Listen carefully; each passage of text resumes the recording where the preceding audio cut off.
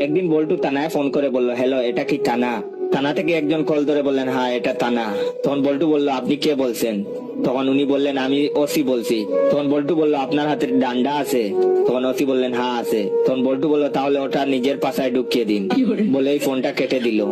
OC সাহেব চুপচাপ করে রইলেন। একটু পর আবার ফোন তুলতেই প্রশ্ন, হ্যালো, এটা কি থানা? তখন ওসি সাহেব বললেন, হ্যাঁ এটা থানা। তখন বল্টু বলল, আপনি কে বলছেন? ওসি সাহেব বুঝলেন সেই বিচ্ছুটাই। ওসি সাহেব সাবধানে জবাব দিলেন, আমি ওসি বলছি। তখন বল্টু বলল, আপনার হাতে ডান্ডা আছে? তখন ওসি সাহেব বললেন, না নাই। তখন বল্টু বলল, বাহ, একবার বলতেই ঢুকিয়ে নিয়েছেন, সাবাস। এলাই দেখে ওসি সাহেব ওই নম্বরে ফোন করলেন। ধরলেন এক ভদ্র মহিলা, বল্টুর মা ছিলেন। ওসি সাহেব বললেন, থানা থেকে ওসি বলছি, এই নম্বর থেকে একটি বাচ্চা ছেলে আমাকে ফোন করেছিল, বলেছে হাতের ডান্ডাটা নিজের পিছন দিয়ে ঢুকিয়ে দিতে। তখন বল্টুর মা বললেন, এ মা, কখন? তখন ওসি সাহেব বললেন, মিনিট 10 আগে। তখন বল্টুর মা বললেন,